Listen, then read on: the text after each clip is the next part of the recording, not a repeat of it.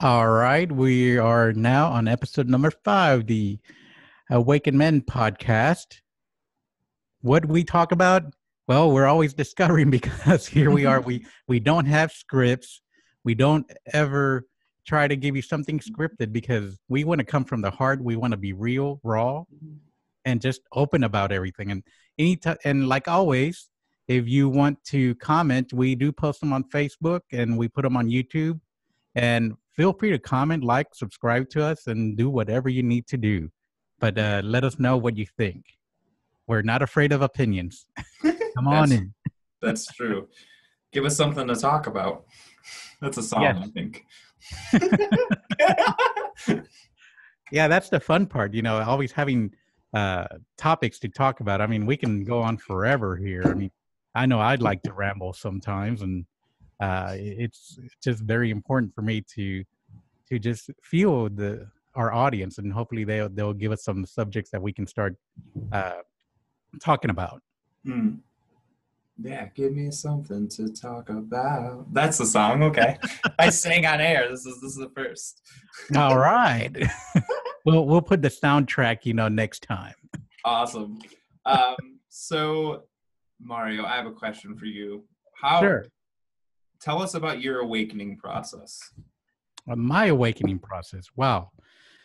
Well, it started actually in 2009, and what happened there, my brother got killed, and he was it was really powerful for me because what happened, he was killed in an accident, and then I got the phone call while I was with my mom at lunch, Mhm. and I had to be the bearer of bad news for my mom. And needless to say, that kind of turned me into a turmoil. That made me look at everything in my life, and I realized, I was leading a couple of organizations. I was president of this, volunteer that. But when it all came down to it, I just never took care of myself. And from that point on, I started digging into myself and trying to figure out why was I escaping. And I didn't realize what I was doing. I wasn't realizing I was escaping into other people, escaping into technology, and not speaking up for myself. I was always speaking behind somebody else. I don't know if that makes any sense. Mhm. But whenever somebody would start leading, rather than me jump in and lead, I would I would lead, but I would let them kind of do that. And all of a sudden, somewhere in there, I would get frustrated that, oh, why are they taking over? And it would drive me crazy.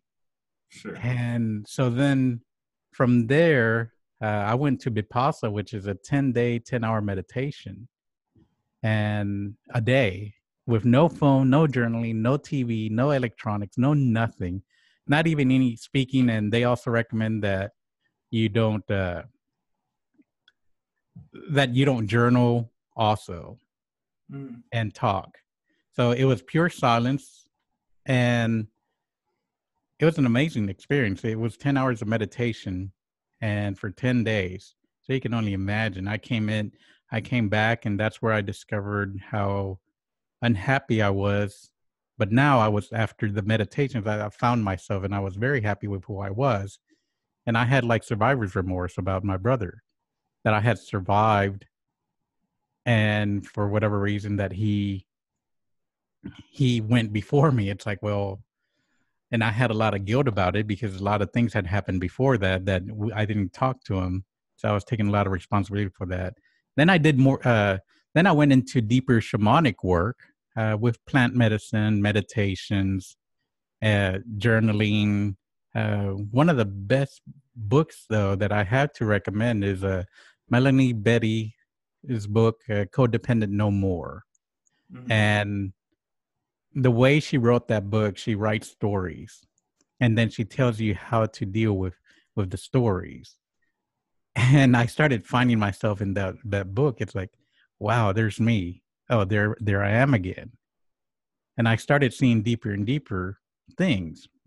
So throughout this time, this is over So in 2012 is really when all of this started happening. So from 2009 to 2012 is where I was. And then I just started noticing one thing after another. And finally, I felt I was at peace with some of the things. Now, that's not saying that I still don't struggle with things. It just means I learned how to deal with things. And that's the biggest thing that I want people to take off of this. And thank you for asking about my awakening, because being part of the awakened process, enlightened or whatever you call it, doesn't mean that you have it all resolved. It just means that now you know how to deal with stuff. and Right. and that part, holy cow, that saved me so many times. It was great. Yeah, no, that's beautiful. No, thank you for sharing. I agree.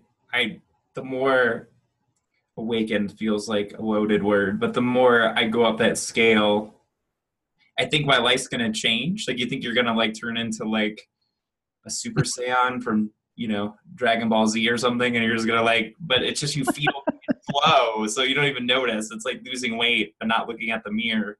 You're like, Yeah. you lost weight, and you're like, I didn't even notice. Yeah. So was that something similar to what happened with you, Daniel? Or what, if you don't mind me asking, what was your awakening process there? That's a good. Yeah. I went through this psychotic mental health awakening process. I think it started when I was 6. I'm 31. So 16, I had a psychotic break to the point I was seeing the devil and talking to him and wanting to kill myself. Like that was as far down the rabbit hole of darkness you can go, I think. But it broke me fully open, and I was like, felt like a new person afterwards. But I got on prescription medication and things like that, which, held space for me until I could get into the shamanic work. And then the traveling with, being like the psychedelics and the traveling with, going to music, but also ceremonies facilitated my awakening process. And then getting off the prescription medicine, then I had to become homeless, travel the country, like kind of go through this, like, I didn't know who I was, because now I have to figure out how to function without it. Which wasn't as hard as I thought it was going to be, because it was slow. And yeah, I traveled the country on faith. And I think that was the biggest thing for me, was how, like, I had money just appear in front of me. Like, I would walk out of my car and there'd be $20 on the ground for me to eat. Like, it got like ridiculous to the point, like, I'm like, well, how do I not trust this universe thing? Like, it's so ridiculously beautiful that I'm always taken care of. And I was stressed and put myself on the whim on it. But then, yeah, and lately not doing the shamanic medicine. And now I've just been in a constant state of integration and slowing down. So I'm taking all the things I learned for those years and putting them in my body, because I knew them, but I didn't feel them. Yeah. Like, I'd be like, I know the universe is going to take care of me, but then I'm going to get stressed. And I'd be looking at my bank account. But now I don't even look. I got to the point today, and I was going to share this. Like, I can't remember what happened on Monday. And I was going like, I need to remember Monday. And and this happened to me at a festival, and things like, but it's happening just in real life now, which doesn't scare me. It's just like normal. Like, oh, okay. Like, I don't need to remember Monday. That's why I'm not remembering it, but it gets kind of insane. And I guess I want to share that for people that are going through it, that it's okay that you're going insane or feel like you're going crazy, because that's part of the process. Yeah, it's incredible, doesn't it? It feels like we're totally lost during that whole process. And I like to call it's the deconstruction phase. It's like we're deconstructing because we're beginning to see, it's like we're putting out the tapestry everywhere. And here's this section of your life, and here's this section of your life, and that section. And then you're starting to see how it's all coming together, because I used to feel some anger towards the past. And then I started learning, it's like, wait a minute, if that never happened, that wouldn't make me the person who I was now. Right. So why am I angry at that side? And it sounds real easy to say it, but man, embracing that is the true test. And it can have its up and down, but as you start moving through it, it's amazing. I see life very differently now because of that. Mm-hmm. No, I totally agree. And it's embracing it and integrating it, which is what you were saying. That's so important that I didn't realize. It was like I can go through all the ceremonies and everything, but if I don't rest and meditate and sleep and integrate it into my body, I could just be running constantly. And I guess I'm coining a term, spiritual chasing or spiritual running. I know we talk about it all the time, but I think that was when I've awakened more slowing down than I did running after spiritual truths. Yeah, the way I like to say it's the ceremonies, whether it's a sound ceremony, a plant ceremony, therapy, those are just the openers. And everything else is integration. Once you get out of the ceremony, the true ceremony of integration begins. Right. And that's what makes us comfortable in the day-to-day lives. Because if we're chasing one ceremony after another ceremony, we're always opening another door. And I mean, we're human beings. We're going to find something forever and we can keep going and we'll find something more. And even if we're 90 and we go into a ceremony, we'll find more. I mean, we just have that much in us. So it's just a matter of allowing yourself that time. And so, yeah, meditation to me was very powerful. And after going to Vipassana, I was very fortunate to have Vipassana first. And because that taught me during ceremony how to like meditate within the ceremony, especially with plant medicine, because plant medicine can take you different places that other places don't. And I just started integrating a lot of that kind of thing. And now it's like I don't do, if at all, any plant ceremonies. If I do, they're very heavily focused on not what I want to get out of it, but more of, all right, it's like this is to do some exploratory work. Yeah, it's like maintenance or something. Yeah, there you go. Maintenance. Yeah, it's the it's the monthly plan or the yearly plan or whatever you want to call it. Right. It's like instead of going to the doctor, I'd rather go take some plant medicine or the therapist, which makes sense. Yeah, and then doing that integrative work in between, which I see a lot of people miss. They do the work during it, but they don't do. It's like they get surgery, they go do ayahuasca somewhere, and they go get surgery, and then they don't meditate in between. They go, oh, that's it. And I'm not saying everyone, but that'd be like going to get open heart surgery and then not changing your diet. Yeah, so what's that spiritual chasing? Yeah. Which I think is maybe part of the process because I did it. So maybe you have to. It feels like it's something there for everybody because it's whatever method you use to do your awakening process. It kind of does get to a point that it's like, oh, wow, that's cool. Oh, that's cool. Oh, that's even cooler. And that just keeps going and going. And at a certain point, it's like your body either says enough or your mind says enough that something kind of gives. On another show, it's like there was an interview of a lady that did 25 ayahuasca ceremonies for a few months. And she finally left the jungle and she was asked, so why did you leave the jungle? And she says, well, ayahuasca told me. And, to me, that was the synchronistic of the plant medicine and the body becoming aligned to the point that it's like, okay, it's time to integrate. Right. Yeah. I've had LSD tell me that too. That's the one substance that's told me it's enough. I think psychedelics will tell you. They'll either give you such a bad experience that you'll never want to do it for a while, one or the other. If that's what they got to do, like you're going to go in the hospital. Like I've heard of people doing that, going that far. Like they get caught running around naked. And I'm like, well, maybe they're being told to stop for a while. This is my brilliant wisdom. That's never happened to me, fortunately. But yeah, something will give, or you'll get sick, which I think is what happens to a lot of people. Yeah. Yeah, that's definitely some of the things that I've seen with some people. But it's been fascinating being on this journey of awakening. And the reason there's really no end. I mean, you can keep going and keep going in this journey. And I do feel that there is a balance. And I've said that a few times in the previous podcasts, is that we do have to have some type of balance. We have to be able to recognize that we should be in balance in everything, in masculine and feminine, in meditation and no meditation, having what I call 3D fun, having actual world experiences and going out there, not just doing all spiritual, not just doing all this. Yeah, definitely. I mean, we came here to experience. Yeah. So what experience do you want to have? I mean, I think that's at its core. For me, my belief, I mean, you go through sadness to experience it. You go through happiness to experience it. You go through times of doing nothing and breakups and grief and all those different things. They're all just experiences.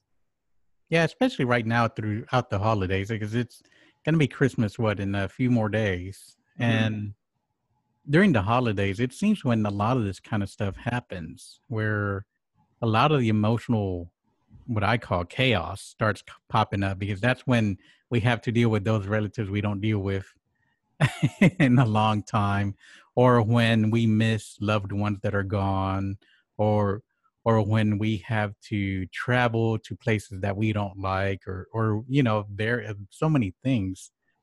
And these are the times when having all that education of different experiences helps, and having what I call the tools, meditation, journaling. It's been interesting for me because meditation has been a big one for me, but when meditation doesn't do it for me, I do journaling and that free writing, just write. And it's amazing sometimes what we have in that mind of ours right here. Yeah, definitely. Yes. I mean, especially at this time, I mean, it's very triggering. I mean, it brings up a lot of emotions, a lot of different things. And I know people are going through that. So I want to send love to anyone going, that's alone or having to deal with mom or dad or uncles or aunts they don't want to, or situations, like, sending out love to them, because I know it can be hard, especially, and it's okay that it's hard. That's part of the journey, right? I mean, you know it's coming and you meditate so you can handle it. Yeah, even when you think you can't handle it, that's the thing. It's like it's a matter of, like, for me, it's really interesting. I'm more of a person that if I feel a certain way, it's like, rather than run from it, it's like I just kind of stick with it. Like even right now, I'm kind of feeling some things coming up. Some of it is sadness, about my brother, my relative. I mean, I had a couple of uncles that passed away. My grandfather passed away. And, there's just so many things right now. And rather than kind of avoid them, it's like, to me, that's how I show them love in a weird way. It sounds kind of morbid, but it's like, because when I feel them in my heart, it's like I feel them and I know they're still there, but missing them means that I still love them. Mm-hmm. And to me, that's kind of, in a weird way, the satisfaction I get from doing that. And sometimes I don't want to deal with it. So it's like, all right, I'll put on my PS4 and start playing something. And I think that's the balance. Distraction is good, right? I mean, people feel cancer from distracting themselves, supposedly, through stories. So that's never... I think distractions have a bad rap. I've said that for a long time. Yes. I think they really actually work. I mean, they're powerful. I mean, if they're healthy and they're in balance, I mean, you need a break. I mean, going into a story or, disassociating can be really healthy. I mean, it's part of what meditation is. Yeah. Controlled dissociation. I remember hearing, so when I started getting into this type of work, I started hearing the inner child, and what in the world is the inner child? The inner child this, the inner child that. And then as I started moving through a lot of that, I learned it's like, oh, wow, the inner child, that's me from a long time ago, but yet it's me right now. Right. And learning how to work with that inner child has helped me tremendously, because that inner child is that teenager or that kid from a long time ago. And sometimes we don't listen to them because we have to be adults. Right. Well, you're going to get me excited with this conversation because this is my thing. So what Yes. do you have to say about that? So much. I do whatever my inner child says. I am a servant of my inner child. So I've never said that before, but it sounds good. So you're a servant of your inner child. Is that what you said? Yeah. So I'm its parent. So yes, there's balance. Like I'm going to take care of myself and meditate and go on walks and do things. But there's times where there's nights where I give full into it. And usually when I'm in emotional turmoil, it's because I'm not pleasing that inner part of me somehow. I'm not playing, I'm not doing things I like. And this is studied with depression, so it's not like far off. Like if you don't, people that are depressed don't do things that they like, they don't take care of themselves. They're not having fun, they're not getting enough rest. I mean, think if we're basically big children. So, but what does your inner child want? I mean, I'll ask it. If I'm feeling down, I'll be like, all right, what do you want? And it'll say, stay in and watch movies or go eat this food. And I'm in the understanding, my belief is I will go do it. And when my inner child wants a popsicle, I'll get it a popsicle. Like, I'm not going to die because I had one popsicle. Like, it'll be okay. And obviously, I'm not eating popsicles every day. Just every other day. Right. Just every other day. Exactly. And I do, I eat some in the bathroom so no one sees. But but it's that idea that it's so important. And I see so many adults, they've made everything into like work, and it's the chasing thing. The kid doesn't chase. Coming back, the kid just gets excited in the moment and follows that excitement. And that works for them. And honestly, it works for me as an adult. I don't know how. And I'll still go to work or whatever. Kids still go to school. But then they have fun at school. They'll draw or daydream, right? They don't make it this big thing of like, they're not, they're just like, well, I'm going to make the best of this. I'm here. Well, it's because they don't have that construct of adulthood. As we're growing up, we're told you have to be this way or that way, especially for masculine men. We talked about that also. But society overall gives us a template of the way we should be. And if we stray from that, we are ostracized, or we're told you shouldn't be that way. And then comes all the society norms. Oh, you got to be this way. You got to be that way. And it's kind of crazy because that's what kills that inner child. And some people that get angry, I mean, it's because, like you said, it's the inner child is not there, or they're not listening to it. Let me rephrase that. They're not listening to their inner child. Yeah, definitely. And they don't know that that's the case. And, that becomes a vicious cycle, and people don't know why they're upset. And I was saying this last night, like, they're not creating. Like, I know that's 100%, like, if people aren't creating, they're in anxiety. And that's what, and people are rampant in anxiety. Because I think people are more creative with less technology. And I love technology. It's connecting all of us together. But we don't have to create as much with the TV. If you're sitting in the 20s and you're going home, like, you're going to have to imagine something. Like, you don't got anything else to imagine for you. But when you have everything done for you, you don't have to use your imagination. Yeah. If you want to manifest your reality, which is all cool, like, you're going to have to be able to use your imagination. I mean, that's your power. Yeah, there's some creativity that has to happen. I remember when I was little, my mom bought me like some of the Star Wars figures, and I had like the Millennium Falcon, all those cool toys back then. And it was really cool. That was my TV back then. Right. I was actually playing with the little figures of Han Solo and Luke Skywalker and Princess Leia and Darth Vader. And it was cool because here was this non-animate object. And you would like just move little things and just play with it. And I feel that everybody should at least play. And I think the mood would get so much better for so many people. Yeah, I agree. I went home for my grandpa's funeral, but we played a lot of games, and I realized how happy that makes me. Like that playing with people and connecting, and to play this game, the games we were playing, because they were like D&D based, which is you had to almost create a story. Like you're creating a story through the game. Nice. But that's creative. That's Yeah. imaginative. You're part of the creation, and for anything like that, especially kids or even adults can get into. I don't care if it's painting, writing. You don't have to be a nerd like me, but like create something in some form or even if it's clay or building a shelf. I don't know. Like there has to be some kind of hobby like creation in your life. If it's writing, or you're going to feel very down, or music, I guess. Like it's gotta, that came up for, but it's gotta have some creation going. And it's surprising because your life might not change much, but you'll feel a lot happier at work and everything else from that Right. state.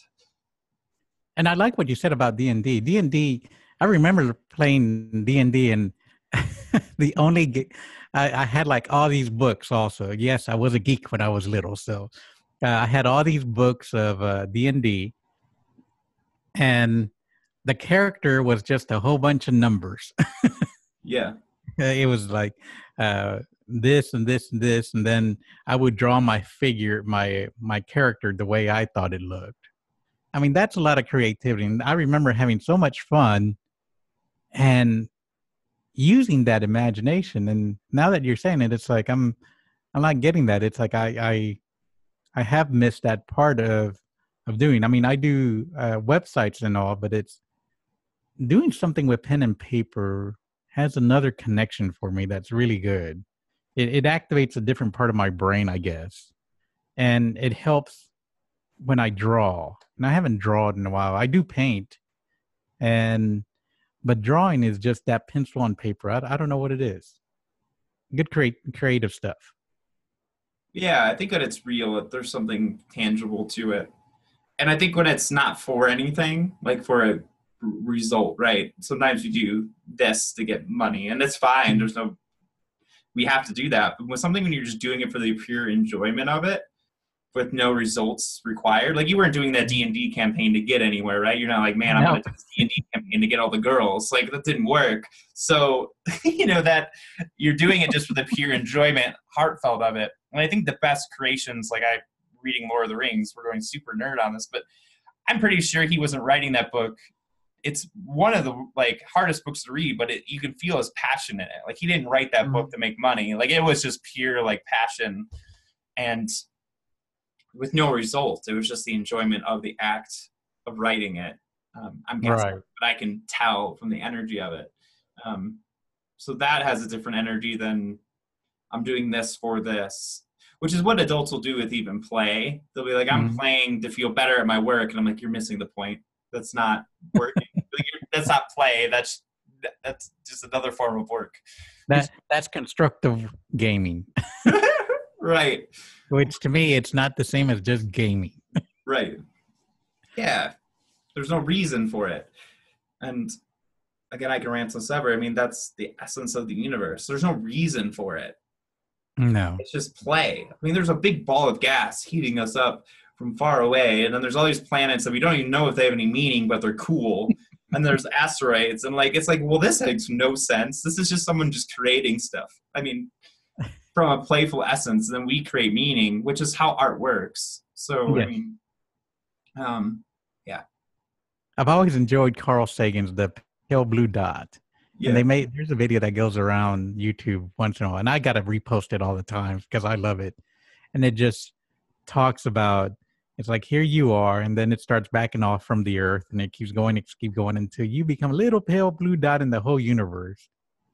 Yeah. And the first time I saw it, it was so powerful because here we are, human beings on this rotating ball of rock. I mean, third rock from the sun, right? Yeah. And we're arguing, and we're being so serious about this one little piece in this whole part of the universe that is minuscule. And rather than get in harmony with each other, we decide to fight. And to me, that's sad that we don't see it at that level. I don't know, call me hippie, whatever you want it to do, but I feel that's very powerful. And if we were in harmony, just imagine the things that we would be able to accomplish. Yeah, I was thinking, it's funny you said that. I was thinking today on my walk and just integrating about like bugs. Like there's 3 billion of us. There's got to be like, I don't know, 100 billion bugs or more. This is not an accurate number. But I was thinking like, we think, and this is from more of the scientific side, and this might be totally off of the spiritual side, but we think we're so important. And really those bugs are much more important for this earth than we are. I mean, really, the worms and the bugs and the molecules and, all that stuff is keeping the earth alive. I mean, if we died, it would be fine. There's cockroaches. And, like, we think we're so important. And we're, like, sometimes I get caught in, like, we're raising the consciousness and awakening to help the earth. And the earth is like, we're good. We don't need you, humans. Like, we got this. Like, because there's bugs. And I don't know. I was thinking of just, like, all the organisms that it took for just me to take a walk. And I was like, oh, my God. Like, all the microorganisms and, the water and the sun and what it takes. And it's humbling. It's like knowing how big things, I don't want to say humbling because, yeah, it's humbling. Well, it is humbling. I can kind of relax because I don't have to do everything.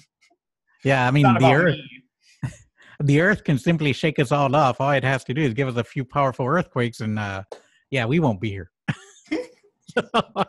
So when we think we're all that we can control the environment, Mother Earth definitely has a whole nother lineup for us. Yeah. I always laugh at the people, and I've been this, so I'm laughing at myself, that are like, I'm going to use spiritual practices to like control the weather, or like change this. And I think we can.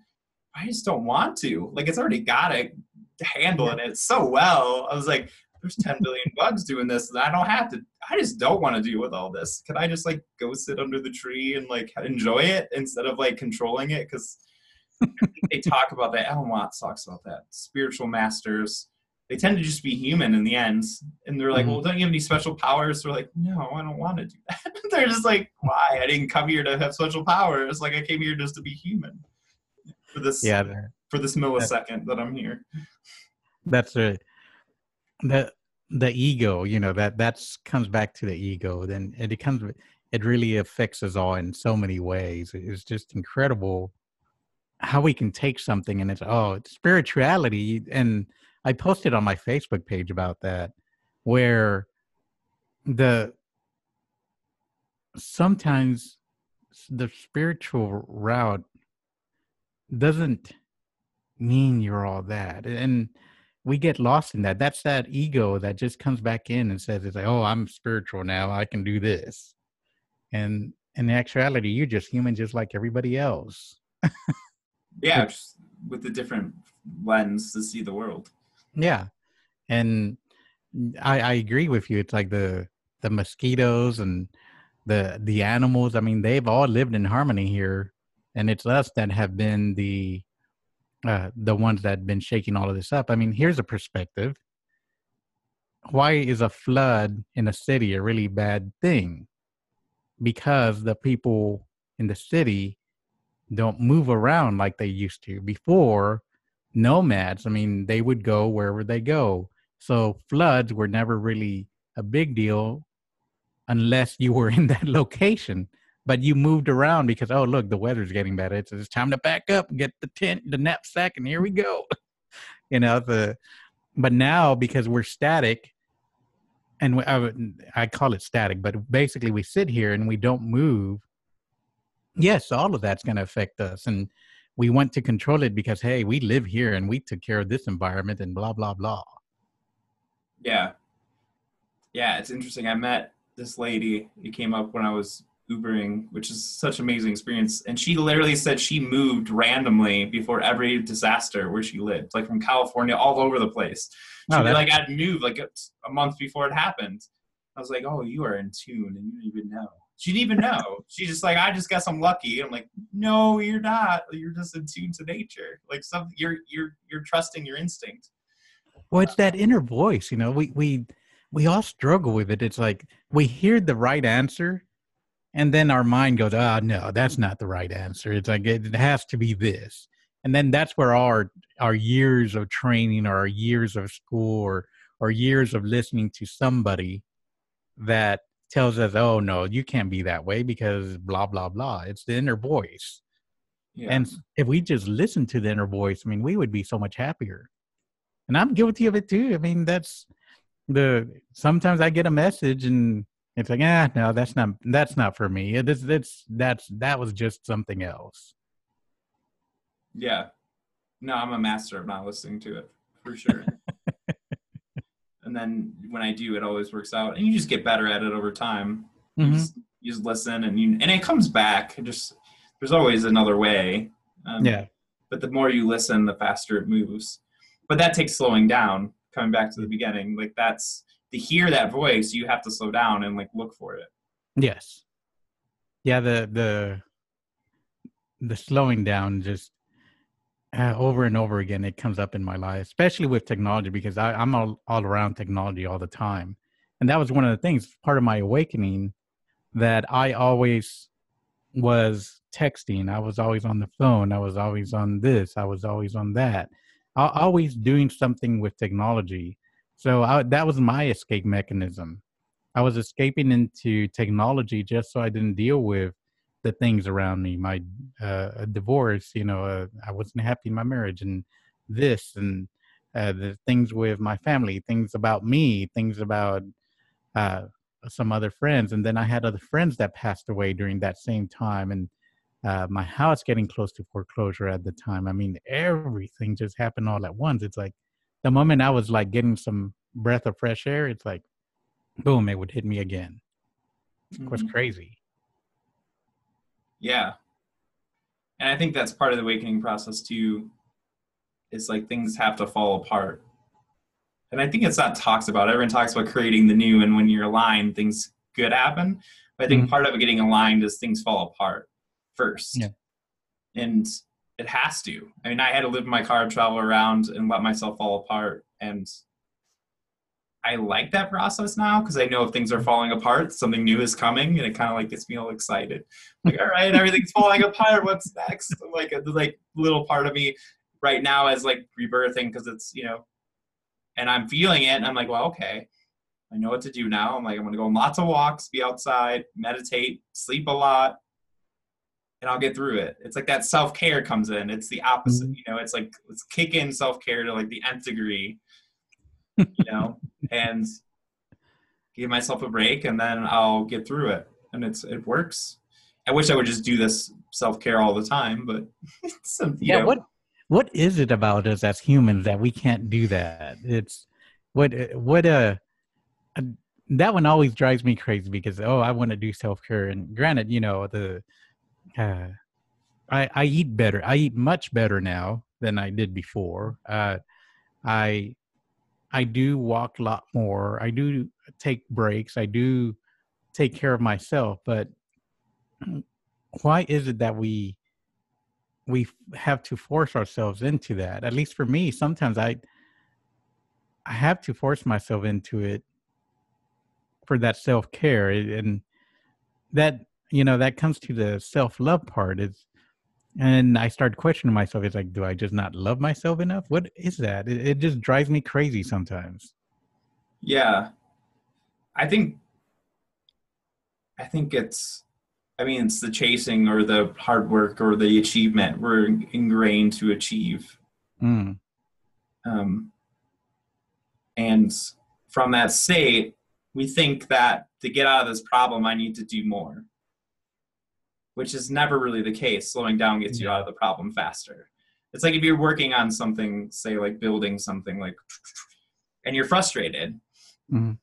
If you keep on trying to fix it, I know I do this when I build models, it gets worse. And it took me like 5 hours to build a model. And I'm like, well, if I would have stopped when I was frustrated for 10 minutes, I bet I would have got this right away. And I literally just slowed down and went, okay, and stopped and slowed down and did something else for a little bit and came back and I did it in 5 minutes. So it's like slowing down, you see the solution, but we don't slow down. We think we got to keep on pushing forward. And that is how we get sick and we get tired, and it's never worked that I know of. I mean, maybe it does, but there's a better way. Yeah, it seems we have to, that emotional breakdown eventually turns into physical breakdown. There's been so many times when I've gotten sick, and I don't do get sick that much anymore, if at all. Actually, last time I got sick was, wow, I can't even remember. Anyway, but and of the times I did get feel I was getting sick, now what I do, I look at what the sickness is. So say I'm congested. It's like, okay, and it's on my chest. It's like, okay, what is it I'm not getting off my chest? Right. And I actually have seen where I was getting congested, and then finally I said what I had to say, and all of a sudden that congestion disappears. So Yeah. I've taken that with different things to an extreme at times, but it seems to work for me. And, you know, I'm not going to say it works for everybody, but it works for me. Because if my shoulder hurts, it's like my shoulders hurt. It's like, okay, what am I carrying so much? It's like if my back hurts, it's like, what am I trying to support so much? That kind of stuff. And it's been very interesting because it's been very enlightening for me to see that, because once again, I start seeing things that I hadn't seen before. Yeah. No, definitely. It just, our bodies talk to us, and you're hearing that, which is amazing. It's not easy sometimes, because sometimes I just want to it's like I just don't want to listen to it.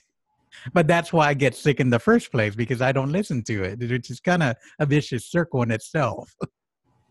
Yeah, definitely. I mean, I've had back pain and had an injury, and it was to slow me down.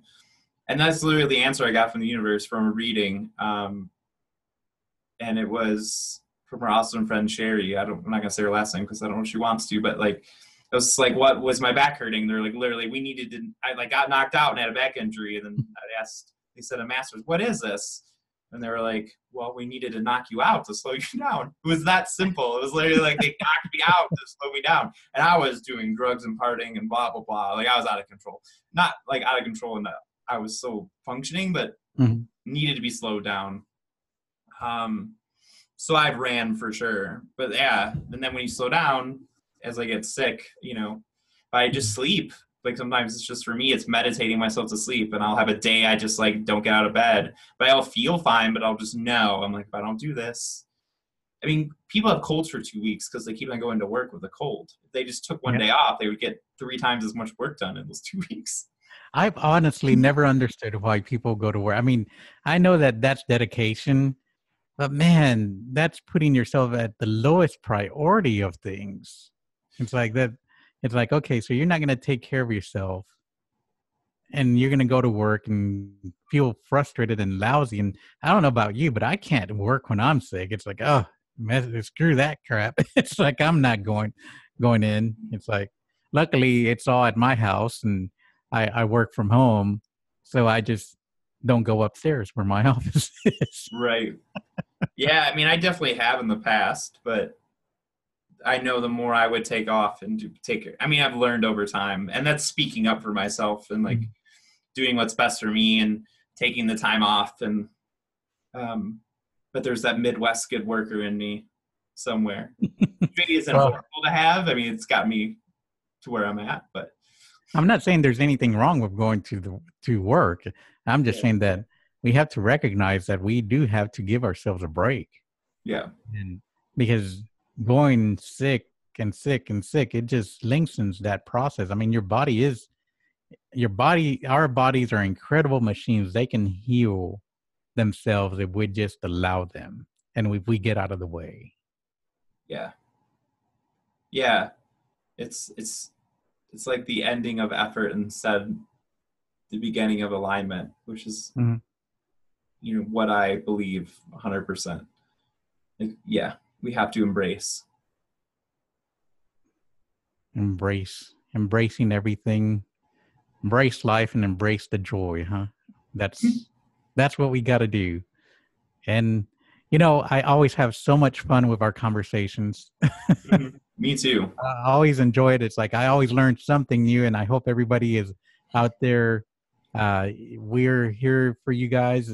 Please send some comments or whatever you like to hear or talk about. And, we're all open to talk about whatever. Mm. And like every podcast, I like to end it with a challenge. And let me lead off with the challenge this time.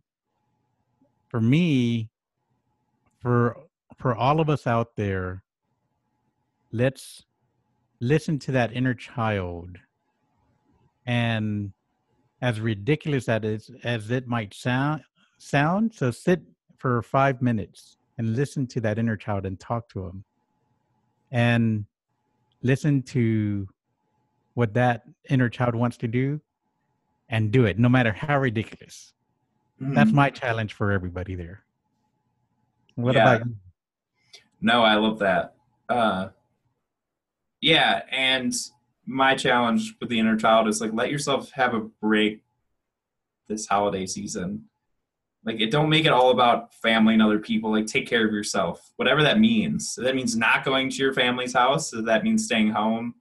Like, make a, I'm going to say selfish choice, but almost a selfish choice, but a self-care choice of whatever that is for you personally. And that'll make a big difference. You don't owe anyone anything. Mm. Selfish is just self-love. It's right. just gotten a bad rap. Exactly. Well, thank you, Daniel, for joining us, and thank you, audience, for listening to us. Yeah, thank you. And we'll see you next time.